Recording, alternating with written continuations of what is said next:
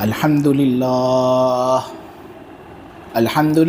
نحمده ونستعینه ونستغفره ونؤمن به ونتوکل علیہ ونعوذ باللہ من شرور انفسنا ومن سیئات اعمالنا من يهده اللہ فلا مضل له ومن يضلله فلا هادي له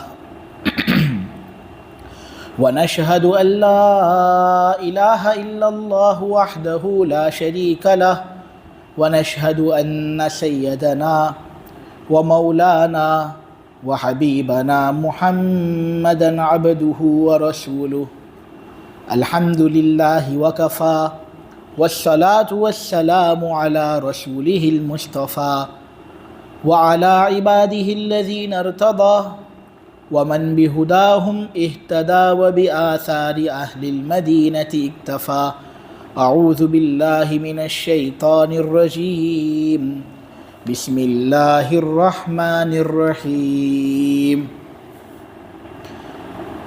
حتى أتانا اليقين فما تنفعهم شفاعة الشافعين فما لهم عن التذكرة معرضين كأنهم حمر مستنفرة فرت من قسورة بل يريد كل امرئ منهم أن يؤتى صحفا منشرة كلا بل لا يخافون الآخرة كلا إنه تذكرة فمن شاء ذكره وما يذكرون إلا أن يشاء الله هو أهل التقوى وأهل المغفرة۔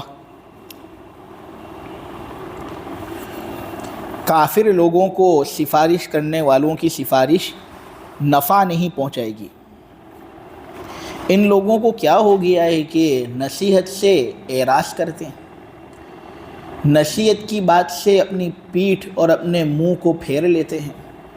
ایسا لگ رہا ہے کہ یہ متنفر گدھے ہوں، اور ایسے گدھے ہوں جو بدک کر بھاگ پڑے ہوں، شیر سے بھاگ رہے ہوں۔ بلکہ بات دراصل یہ ہے کہ ان میں سے ہر شخص یہ چاہتا ہے کہ اس کے ہاتھ میں ایک کھلا ہوا صحیفہ پکڑا دیا جائے۔ ہرگز ایسا تو ہو نہیں سکتا، بلکہ بات دراصل یہ ہے کہ یہ لوگ آخرت سے ڈرتے ہی نہیں۔ ہرگز یہ رویہ مناسب نہیں۔ سنو، یہ قرآن ایک نصیحت ہے، جو شخص چاہے وہ اس سے نصیحت حاصل کر سکتا ہے، لیکن اس سے نصیحت حاصل وہی کریں گے جن کا نصیحت چاہنا اللہ چاہ لے۔ اللہ ہی ہے وہ جس سے ڈرا جائے، اور اللہ تبارک و تعالی ہی ہے وہ جو مغفرت کا مالک ہے، اور وہی ہے جو لوگوں کو معاف کرتا ہے۔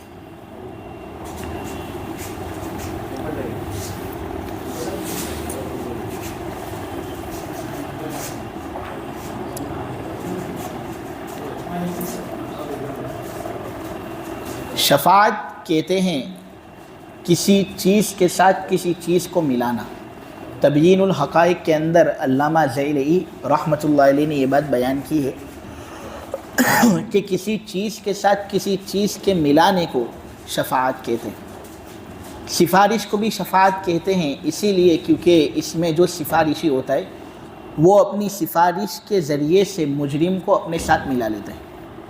مثلا مجرم اگر جیل خانے کے اندر بند ہے تو سفارشی جیل سے باہر ہوگا، اور وہ پولیس اور جو کمشنر ہیں ان سے سفارش کر کے جو مجرم ہے اس کو باہر کر دے گا اور اپنے ساتھ ملا لے گا نا۔ تو اسی ملانے کی وجہ سے سفارش کو شفاعت کہا جاتا ہے عربی زبان میں۔ شفاعت بہت سی قسموں پر منقسم ہے۔ عربی کے اندر ایک مجموعہ ہے کہ اگر اس مجموعے کو آدمی یاد کر لیتا ہے تو پھر سفارش کی کتنی قسمیں ہیں اس کو یاد کرنا آدمی کے لیے آسان ہو جاتا ہے۔ عربی کے اندر کہتے ہیں تخمر قدن، شفاعت بہت سی مشقتوں کو ڈھانپ لیتی ہے، چھپا لیتی ہے. تخمر قدن، آدمی اگر یہ یاد کر لیتا ہے نا تو پھر شفاعت کی جتنی قسمیں ہیں وہ اس کو بآسانی یاد ہو جاتا ہے. کیونکہ تخمر قدن کے اندر پہلے تا آتا ہے اور تا سے تخفیف، پھر خا آتا ہے، خا سے خروج، میم آتا ہے، میم سے مستحق کے نار اور متساوی حسنات و سیئات، پھر را آتا ہے، را سے رفع الدرجات، پھر کاف آتا ہے، کاف سے شفاعت کبریٰ، پھر دال آتا ہے، دال سے دخول الجنہ بلا حساب اور دخول جمیع المؤمنین فی الجنہ، اور پھر آخر میں الف آتا ہے، الف سے اللہ کی شفاعت. یعنی اگر آسانی سے بات سمجھنی ہو تو شفاعت کی پہلی قسم وہ ہوتی ہے جس کے ذریعے سے سفارشی ان لوگوں پر عذاب کو ہلکا کرے گا جو لوگ عذاب کے اندر مبتلا ہیں. یعنی بہت سے لوگ کل قیامت کے دن عذاب کے اندر مبتلا ہوں گے تو بہت سے لوگ ایسے لوگوں کے لیے سفارش کریں گے. سفارش کے نتیجے میں وہ لوگ جہنم سے نکلیں گے تو نہیں، لیکن جو عذاب ان کو ہو رہا ہے نا وہ عذاب ان پر ہلکا ہو جائے گا. تو یہ ایک طرح کی سفارش ہے کہ اس کے ذریعے سے عذاب ہلکا ہو رہا ہے. ایک طرح کی سفارش وہ ہوتی ہے جس کے ذریعے سے دوزخی جہنم سے مستقل طور پر نکالے جائیں گے. انبیاء سفارش کریں گے، سفارش کرنے کے ذریعے سے اللہ تبارک و تعالیٰ بہت سے لوگوں کو دوزخ سے نکال لے گا. تو یہ بھی ایک طرح کی سفارش ہے. تیسری قسم پر وہ سفارش آتی ہے جو ان لوگوں کے لیے ہوتی ہے جو آگ کے مستحق ہوتے ہیں لیکن ابھی تک وہ آگ کے اندر داخل نہیں ہوئے. یعنی کبیرہ گناہ کے مرتکب ہوتے ہیں وہ، اور کبیرہ گناہ کرتے ہیں اور اللہ تبارک و تعالی نے ان کے بارے میں فیصلہ فرما دیا ہے کہ میں ان کو جہنم میں داخل کروں گا، لیکن ابھی تک وہ داخل ہوئے نہیں کہ کوئی سفارشی درمیان میں آ گیا، اس نے اس کے لیے سفارش کر دی اور آگ سے اس کو خلاصی مل گئی، جنت کے اندر داخلہ مل گیا. تو یہ بھی ایک طرح کی سفارش ہے. سفارش کی چوتھی قسم ان لوگوں کے لیے ہوتی ہے جن کے سیئات اور حسنات کے اندر مساوات قائم ہوتی ہے. یعنی انہوں نے نیکیاں جتنی کی نے برائیاں بھی انہوں نے اتنی کی، اور برائیاں انہوں نے جتنی کی نیکیاں بھی انہوں نے اتنی ہی کی. اب برائیاں نیکیوں سے زیادہ نہیں، نیکیاں برائیوں سے زیادہ نہیں، دونوں 50-50 ہے. تو پھر ایسے لوگ کیا جنت میں جائیں گے یا جہنم میں جائیں گے؟ برائی کو اگر مد نظر رکھا جائے تو ان کو جہنم کے اندر لے جانا چاہیے، لیکن اگر نیکیوں پر نظر کی جائے تو پھر وہ لوگ جنت کے مستحق ہوتے ہیں. تو ایسے لوگوں کے لیے بھی چند لوگ سفارش کریں گے اور جنت کے اندر ان کا داخلہ ہوگا. تو یہ بھی سفارش کی ایک قسم ہے. اسی طرح ایک سفارش کی قسم جس کو معتزلہ لوگ بھی مانتے ہیں وہ رفع درجات کی سفارش ہے کہ بہت سے لوگ سفارش کریں گے، اس سفارش کرنے کی وجہ سے بہت سے لوگوں کے درجے بلند ہوں گے. تو یہ بھی سفارش کی ایک قسم. اسی طرح سفارش کی ایک قسم وہ بڑی سفارش ہے جو نبی کریم صلی اللہ علیہ وسلم کریں گے. آپ نے بیانوں کے اندر وہ پورا تفصیلی واقعہ بھی سنا ہوگا کہ لوگ پہلے حضرت آدم علیہ السلام کے پاس جائیں گے کہ ابا جان ہمارے لیے آپ سفارش کریں. وہ انکار کر دیں گے تو حضرت نوح علیہ السلام کے پاس جائیں گے. وہ انکار کر دیں گے تو حضرت عیسیٰ علیہ السلام کے پاس، حضرت موسیٰ علیہ السلام کے پاس. یہ پورا تذکرہ حدیث کے اندر ہے. پھر آخر میں آئیں گے نبی کریم صلی اللہ علیہ وسلم کے پاس اور حضور سے سفارش کی طلب کریں گے تو حضور فوراً سفارش کرنے کے لیے تیار ہو جائیں گے. تو یہ جو سفارش ہوگی نا جو لوگوں کے لیے ہوگی، اور وہ اس لیے ہوگی تاکہ حساب و کتاب جلدی شروع ہو جائے. یہ بھی ایک سفارش کی قسم ہے. اسی طرح سفارش کی ایک قسم وہ ہوگی جو ایمان والوں کے لیے ہوگی کہ اللہ یہ ایمان والے جنت کے اندر جانے والے ہیں، بغیر حساب کے ان کو جنت کے اندر داخلہ نصیب ہو جائے، ایسی ہم تجھ سے سفارش کرتے ہیں. تو اللہ ایسے لوگوں کی سفارش قبول کر کے بہت سے ایمان والوں کو بغیر حساب کے جنت کے اندر داخلہ دے دے گا. اسی طرح اللہ تبارک و تعالیٰ آخر میں تمام ایمان والوں کو جنت کے اندر داخلہ نصیب فرمائے گا. کچھ ایمان والے ایسے ہوں گے جو اپنے گناہوں کی وجہ سے پہلے جہنم کے اندر جل رہے ہوں گے اور اپنے گناہوں کا کفارہ جہنم کو بنائیں گے. چند مدت جہنم کے اندر رہ کر اللہ تبارک و تعالیٰ ان کو جہنم سے نکالے گا اور جنت کے اندر ان کو داخلہ نصیب فرمائے گا، حتیٰ کہ جہنم کے اندر کوئی بھی ایک ایسا شخص باقی نہیں رہے گا جس کے اندر رائی کے دانے کے برابر ایمان ہو. اللہ تمام کو باہر نکال کر جنت کے اندر داخلہ نصیب فرمائے گا۔ تو یہ جو ہوگا، بعض داخلے سفارش کی وجہ سے ہوں گے، تو یہ بھی سفارش کی قسم ہے، اور آخر میں جو سب سے زبردست سفارش ہے وہ اللہ کی سفارش ہے۔ اب سفارش تو ایک چھوٹا کرتا ہے بڑے کے سامنے، اللہ تبارک و تعالیٰ تو سب سے بڑے ہیں، تو پھر اللہ کی سفارش کا کیا مطلب؟ تو علامہ بیجوری اور جو بڑے محقق ہیں وہ یہ کہتے ہیں کہ اللہ کی سفارش کرنے کا مطلب یہ ہے کہ اللہ تبارک و تعالیٰ ایسے لوگوں کو معاف کر دے گا۔ تو یہاں پر چونکہ سفارش کا تذکرہ آیا اور شفاعت کا مضمون آپ لوگوں کے سامنے بیان ہو رہا تھا، تو یہ چند سفارش کی جو قسمیں تھیں میں نے آپ لوگوں کے سامنے بیان کر دی۔ یہ تو قسمیں تھی سفارش کی، سفارش کرنے والے بھی مختلف قسم کے ہوں گے۔ بخاری کے اندر ہے کہ انبیاء کو اللہ تبارک و تعالیٰ سفارش کرنے کا موقع دے گا، تو وہ سفارش کریں گے، خلق کثیر کو جہنم سے بچائیں گے۔ بخاری کے اندر یہ بھی ہے کہ خود اللہ تبارک و تعالیٰ بھی سفارش کرے گا، لیکن اس کا سفارش کرنا ہمارے سفارش کرنے کی طرح نہیں ہے، وہ تو ڈائریکٹ معافی ہی ہے۔ اسی طرح بخاری کے اندر ہے کہ فرشتے بھی سفارش کریں گے، اور بخاری کے اندر یہ بھی ہے کہ اللہ تبارک و تعالیٰ بہت سے کامل ایمان والوں کو بھی موقع دے گا سفارش کرنے کا، تو وہ بھی سفارش کریں گے اور بہت سے لوگوں کو جہنم سے خلاصی عطا کریں گے۔ مستدرک حاکم ایک حدیث کی کتاب ہے، اس کے اندر یہ ہے کہ جو روزے آدمی رکھتا ہے نا، تو اللہ تبارک و تعالیٰ کل روزوں کو بھی قوت گویائی عطا فرمائے گا، اور وہ بھی سفارش کریں گے روزے داروں کے لیے کہ اللہ ان کو تو جنت کے اندر داخلہ نصیب فرما۔ تو یہ روزے رکھنے کا ایک فائدہ ہے۔ اسی طرح جو قرآن ہم پڑھتے ہیں نا، تو مستدرک حاکم کے اندر ہے کہ قرآن بھی کل قیامت کے دن سفارش کرے گا اس شخص کے لیے جس نے اس کے حقوق کی رعایت کی ہوگی، اور جس نے رات دن اس کو پڑھا ہوگا، تو کل یہ قرآن اللہ تبارک و تعالیٰ کے یہاں پر سفارش کرے گا، اس کی سفارش کا ایک اثر بھی ہوگا، اللہ تبارک و تعالیٰ قرآن پڑھنے والوں کو جنت کے اندر داخلہ نصیب فرمائیں گے۔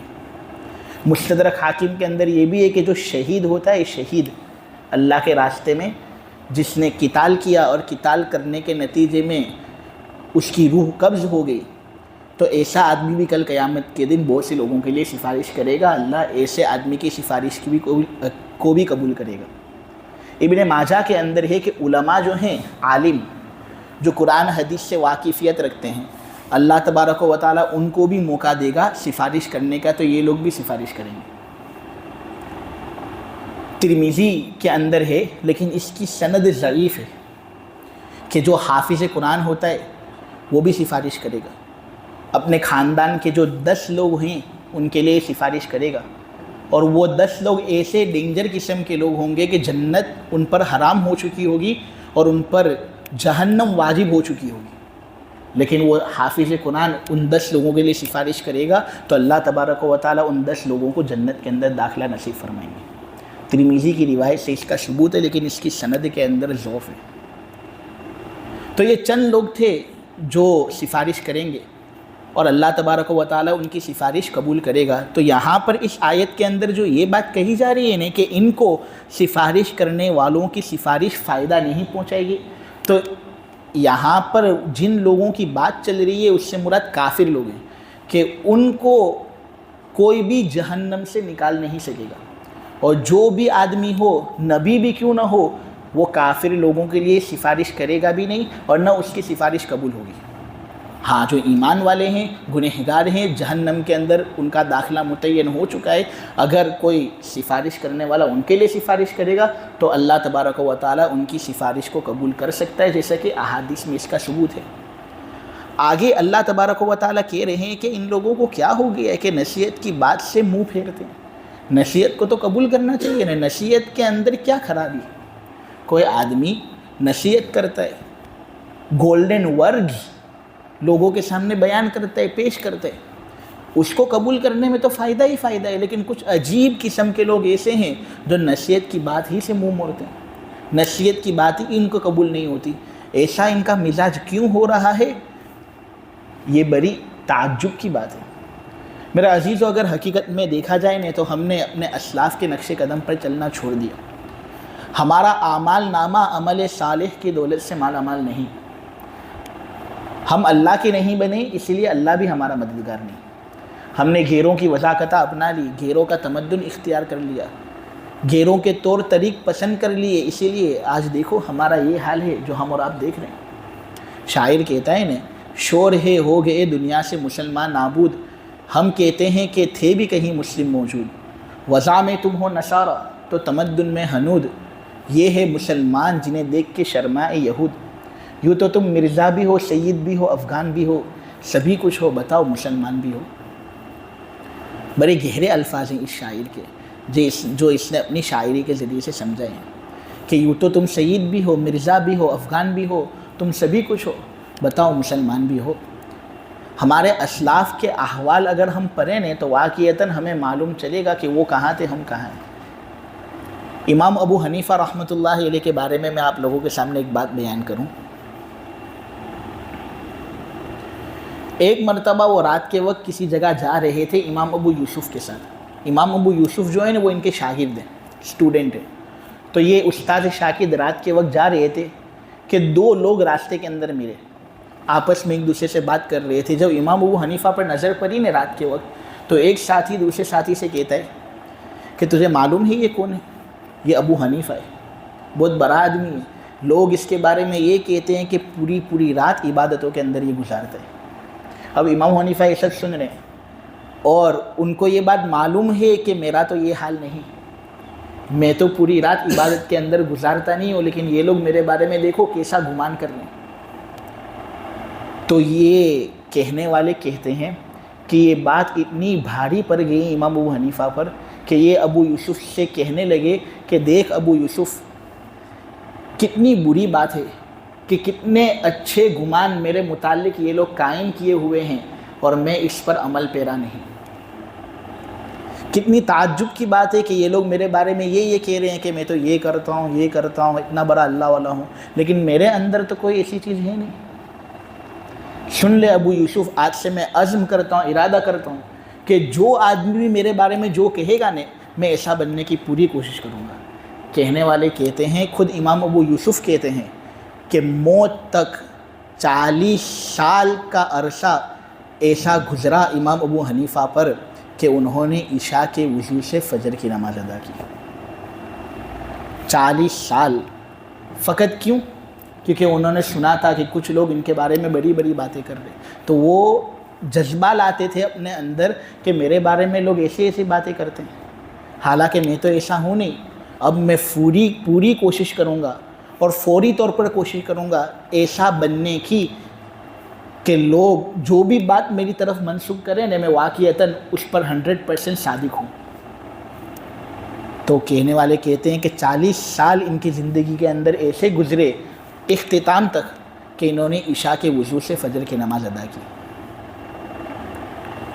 سیر اعلام النبلاء نام کی ایک کتاب ہے، اس کے اندر امام ابو یوسف کے بارے میں ہے، ان کے شاگرد جو ان کے ساتھ تھے کہ یہ چیف جسٹس تھے دنیا کے اندر، ابو یوسف سے بڑا جج اس وقت تھا نہیں، اور مسلمانوں کی حکومت مشرق مغرب سب جگہ پھیلی ہوئی تھی، اور چیف جسٹس اگر دنیا کا کوئی ہو تو وہ امام ابو یوسف تھے۔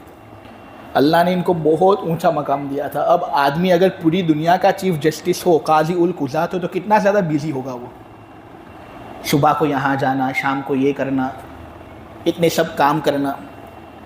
اتنی زیادہ مشغولیوں کے باوجود امام ابو یوسف کہتے ہیں کہ میں روزانہ بلا ناغہ 200 رکعت نفل پڑھتا ہوں، اتنی زیادہ مشغولیوں کے باوجود۔ اسد ابن عمر رحمۃ اللہ علیہ کہتے ہیں کہ امام ابو حنیفہ رحمۃ اللہ علیہ رات کے وقت قیام اللیل کرتے، تہجد کی نماز ادا کرتے، اور تہجد کی نماز جب ادا کرتے نا تو ایک رکعت کے اندر پورا قرآن کریم ختم کر دیتے تھے، ایک رکعت کے اندر۔ یہ امام ابو حنیفہ کا حال۔ مسعر ابن قدام، اسی طرح مکی ابن ابراہیم اور ابو معاذ خالد ابن سلیمان رحمۃ اللہ علیہم، یہ امام ابو حنیفہ کے بارے میں کہتے ہیں کہ وہ مکان جس کے اندر امام ابو حنیفہ کی وفات ہوئی نا، اس مکان کے اندر امام ابو حنیفہ نے 7,000 قرآن شریف ختم کیے تھے۔ یہ تو فقط اس مکان کی بات چل رہی ہے جہاں پر امام ابو حنیفہ کی وفات ہوئی، اس کے علاوہ کتنی جگہوں پر کتنا ختم قرآن کیا ہوگا اللہ ہی زیادہ بہتر جانے۔ اور یہاں پر ایک قرآن شریف کا ختم ہوتا ہے رمضان کے اندر، اور ہماری حالت یہاں سے وہاں ہو جاتی ہے۔ میرا عزیز، و تلاش کے اندر لوگ لگے رہتے ہیں کہ کہاں نماز جلدی ہو، کہاں تراویح جلدی ہو کہ ہم تراویح پڑھ کر فارغ ہو جائیں۔ حالانکہ یہ رمضان کا مہینہ ایک ایسا مہینہ ہے جو سال کے اندر ایک مرتبہ آتا ہے، اور یہ تو اللہ تبارک و تعالیٰ کی دین ہے۔ کاش پردے کھل جاتے اور لوگ دیکھ لیتے کہ آسمان سے کتنے سب فرشتے راتوں کو آتے ہیں اور راتوں کو جاتے ہیں۔ اللہ تبارک و تعالیٰ کے کتنی رحمتیں اس مہینے کے اندر اترتی ہے، کاش لوگوں پر اس کی ایک جھلک آ جاتی تو لوگ سمجھتے کہ واقعتاً یہ مہینہ بڑا اہم مہینہ ہے، اس کی تو قدر کرنی چاہیے۔ امام صاحب کے بارے میں نے ابھی کہا نا کہ جس مکان کے اندر ان کا انتقال ہوا نا، اسی مکان کے اندر امام صاحب نے 7,000 قرآن ختم کیے تھے۔ تو پھر اس کے علاوہ جو دیگر مکانات ہیں ان کے اندر کتنے قرآن ختم کیے ہوں یہ تو اللہ ہی زیادہ بہتر جانتا ہے۔ اور یہ تو میں امام ابو حنیفہ اور امام ابو یوسف کی بات کر رہا ہوں، یہ تو بہت بڑے لوگ تھے۔ شعر اعلام النبلاء کے اندر ہے کہ حضرت حشیم ایک ایسے بزرگ تھے کہ انہوں نے بھی 20 سال تک عشاء کے وضو سے فجر کی نماز ادا کی۔ اسی طرح صفت الصفوہ نام کی ایک کتاب ہے، اس کے اندر منصور ابن زادان کے بارے میں ہے کہ یہ بھی ایک ایسے بزرگ تھے جنہوں نے 20 سال تک عشاء کے وضو سے فجر کی نماز ادا کی۔ تو یہ ایک تو ہوئے نہیں، کتنے سب بزرگ لوگ ہیں۔ اور یہاں پر ہمارے اسلاف کے اندر تو یہ ایک معمولی قسم کا رواج تھا، اور یہ ان کے یہاں بہت معمولی سمجھا جاتا تھا، لیکن آج اگر ہم کرنے جائیں تو ہم اس سلسلے میں بڑے کوتاہ ثابت ہوں۔ صفت الصفوہ نام کی کتاب ہے، اس کے اندر ہے کہ ثابت البنانی بلا ناگا روزانہ 300 رکعت نفل پڑھتے تھے۔ الحلیۃ الاولیاء نام کی ایک کتاب ہے، اس کے اندر ہے المرہ الحمدانی رحمۃ اللہ علیہ، ان کو کسی نے پوچھا کہ آپ روزانہ کتنی رکعت نفل پڑھتے ہو؟ تو مرہ الحمدانی نے کہا کہ پہلے جو پڑھتا تھا نا اس سے اب آدھی پڑھتا ہوں، یعنی اب بڑھاپا آ چکا ہے، کمزوری نمایاں ہے، جسم پر سفیدی ظاہر ہے، گھٹنوں کے اندر درد ہوتا ہے، تو پہلے جو معمول تھا نا وہ معمول تو میں کر نہیں سکتا، لیکن اس سے آدھی پڑھتا ہوں میں۔ لوگوں نے پوچھا حضرت کتنی؟ تو انہوں نے کہا روزانہ بلا ناگا 250 رکعت نفل پڑھتا ہوں۔ تو اس سے یہ بات معلوم ہوئی کہ زمانے کے اندر یہ 500 رکعت نفل بلا ناگا پڑھتے تھے۔ تو یہ ہمارے اسلاف تھے کہ جنہوں نے اپنے وقت کی قدردانی کی، تو اللہ تبارک و تعالی نے مشرق اور مغرب دونوں جگہوں کے اندر ان کو مشہور کیا۔ لیکن ہمارا حال یہ ہے کہ ہم ان کا عشر عشیر بھی حاصل نہ کر سکے۔ الہ الہ کے وارث باقی نہیں ہے تجھ میں، گفتار دل برانہ کردار کاہرانہ۔ الہ الہ کے وارث باقی نہیں ہے تجھ میں، گفتار دل برانہ کردار کاہرانہ۔ تیری نگاہ سے دل سینوں میں کانپتے تھے، کھویا گیا ہے تیرا جذبے قلندرانہ۔ آگے یہاں پر اللہ تبارک و تعالیٰ افسوس ظاہر کرتے ہوئے کہتے ہیں کہ ان لوگوں کو کیا ہو گیا ہے کہ نصیحت کی بات سے منہ موڑتے ہیں۔ ایسا لگ رہا ہے کہ یہ بدکے ہوئے گدھے ہوں جو کسی شیر کو دیکھ کر بھاگ پڑے ہوں۔ بات دراصل یہ ہے کہ ان میں سے ہر شخص یہی چاہتا ہے کہ اس کو ایک کھلا ہوا صحیفہ دے دیا جائے، یعنی ہر شخص یہی چاہتا ہے کہ کاش ہم پر کوئی قرآن نازل ہوتا تو ہم اللہ رسول کی بات مانتے۔ یعنی یہ محمد پر قرآن نازل ہوا، جبرائیل محمد کے پاس آیا اور اس نے محمد کو یہ قرآن دیا، یہ تو محمد کہتا ہے، ہم نے تو ہماری آنکھوں سے یہ منظر دیکھا نہیں۔ جب ہم نے ہماری آنکھوں سے یہ منظر دیکھا نہیں ہے تو اللہ اس بات پر بھی قادر ہے ہی نہیں کہ وہ ہم پر بھی ایک قرآن نازل کر دے جبرائیل کے واسطے کے ذریعے سے۔ تو کیوں نہ اللہ ہم سب پر ایک قرآن نازل کر دے تو جھگڑا ہی ختم، سب لوگ ایمان والے ہو جائیں گے۔ اللہ کہتا ہے کہ ہرگز ایسا ہو نہیں سکتا، کیونکہ میں نے دنیا بنائی ہے تمہارا امتحان لینے کے لیے۔ اگر میں ہر شخص کو ایک کھلا ہوا صحیفہ دے دوں اور ہر شخص پر جبرائیل کے واسطے سے میں قرآن نازل کر دوں تو اس صورت میں امتحان کا کیا مقصد؟ آدمی کا امتحان اس وقت ہوتا ہے جب وہ ایمان لائے ان تمام چیزوں پر جو اس نے دیکھی نہیں۔ تو جو چیزیں اس نے دیکھی نہیں، اگر وہ ان تمام چیزوں پر ایمان لاتا ہے تو پھر اس کا ایمان معتبر۔ جب ہر شخص کو ایک کھلا ہوا صحیفہ دے دیا جائے گا تو پھر سب معاملہ اس کے سامنے کھل گیا۔ تو امتحان لینے کا کیا مقصد؟ اور میرا دنیا بنانے کا مقصد ہی امتحان لینا ہے، لہٰذا ایسا تو ہو نہیں سکتا۔ بات دراصل کیا ہے معلوم ہے؟ بات دراصل یہ ہے کہ یہ اشکال اور اعتراض کرنے والے لوگ آخرت سے ڈرتے ہی نہیں، ان کو قیامت کا استحضار ہی نہیں۔ کل قیامت کے دن بڑی ہولناکیاں ہمارے سامنے پیش ہونے والی ہے۔ میرے عزیزوں، میں آپ لوگوں کے سامنے ایک بات بیان کروں کہ ابھی ان بزرگوں کا جو حال تھا میں نے آپ لوگوں کے سامنے بیان کیا۔ کل قیامت کے دن ایک طرف یہ لوگ ہوں گے جو اللہ تبارک و تعالیٰ کے یہاں پر پیشی دے رہے ہوں گے۔ کوئی کہہ رہا ہوگا کہ میں دن کے اندر 300 رکعت نفل پڑھتا تھا، کوئی کہہ رہا ہوگا کہ میں دن کے اندر 250 رکعت نفل پڑھ رہا تھا، کوئی یہ کہتا ہوگا کہ میں نے پوری زندگی جہاد کے اندر گزاری، کوئی اپنا کٹا ہوا سر، اپنا زخم آلود جسم اللہ تبارک و تعالیٰ کے سامنے لے کر آ رہا ہوگا۔ امام صاحب خود حاضر ہوں گے اور کہہ رہے ہوں گے کہ جس مکان کے اندر میری وفات ہوئی ہے وہاں پر ہی 7000 قرآن شریف کے ختم ہوئے تھے، اور پھر ہمارا جب نمبر ان لوگوں کے ساتھ ہی آئے گا تو پھر ہم اللہ تبارک و تعالیٰ سے کیا کہیں گے؟ سوچنے کا مقام ہے۔ لیکن بہت سے لوگ ایسے ہیں کہ ان کو قیامت کا خوف ہی نہیں۔ بہت سے لوگ تو ایسے ہوتے ہیں جو قیامت کا انکار ہی کر دیتے کہ قیامت کوئی چیز ہے ہی نہیں۔ دیکھو، برسوں برس سے ہمارے باپ دادے منو مٹی کے نیچے دفن ہیں، کوئی بھی تو زندہ ہو کر ہمارے سامنے آیا نہیں، اور یہ محمد اور اللہ یہ کہہ رہے ہیں کہ تمہیں واپس دوبارہ زندہ ہونا ہے۔ ہمارے سامنے تو کوئی چیز ایسی ہوئی نہیں، تو پھر ہم اس پر ایمان کیوں لائے؟ تو دراصل یہ یہاں پر کیا ہو رہا ہے معلوم ہے؟ دراصل یہ لوگ ایک ایسی چیز کا انکار کر رہے ہیں جو ان کو سمجھ میں نہیں آتا، اور ایسی چیز کا انکار کرنا جو تم کو سمجھ میں نہ آئے یہ فاسد ہوتا ہے، اس کا کوئی اعتبار نہیں ہوتا۔ فلسفی کے اندر ایک قاعدہ ہے کہ subjective discomfort does not equal to falsehood, کہ کوئی چیز تمہیں اچھی نہیں لگتی اس کا مطلب یہ نہیں کہ وہ چیز ہے ہی نہیں۔ آپ سمجھے کہ کوئی چیز اگر ہمیں اچھی نہ لگتی ہو، کوئی چیز اپنے کو سمجھ میں نہ آتی ہو، اس کا مطلب یہ نہیں کہ وہ چیز ہے نہیں۔ میں مثال سے آپ کو سمجھاؤں، ایک بلی، اس کو اگر ہم انٹرنیٹ کے بارے میں سمجھائے تو کیا وہ بلی سمجھے گی؟ انٹرنیٹ کے بارے میں لاکھ سمجھاؤ اس کو، تم گوگل سمجھاؤ، فیس بک سمجھاؤ، انسٹاگرام سمجھاؤ، انٹرنیٹ تم سب کھول دو اس کے سامنے، آسان سے آسان لفظ بھی اس کے سامنے کھول دو، بلی وہ سمجھے گی نہیں، کیونکہ اس کے اندر سمجھنے کی طاقت ہی نہیں ہے۔ Subjective discomfort does not equal to falsehood, کہ جب وہ چیز وہ سمجھ ہی نہیں سکتی تو پھر اس کو سمجھانا بے سود اور بے فائدہ ہوا۔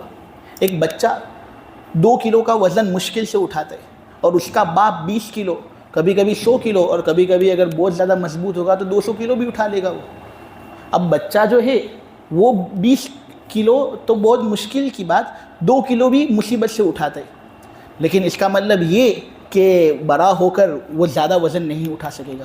نہیں، وہ بڑا ہو کر زیادہ وزن اٹھا سکتا ہے۔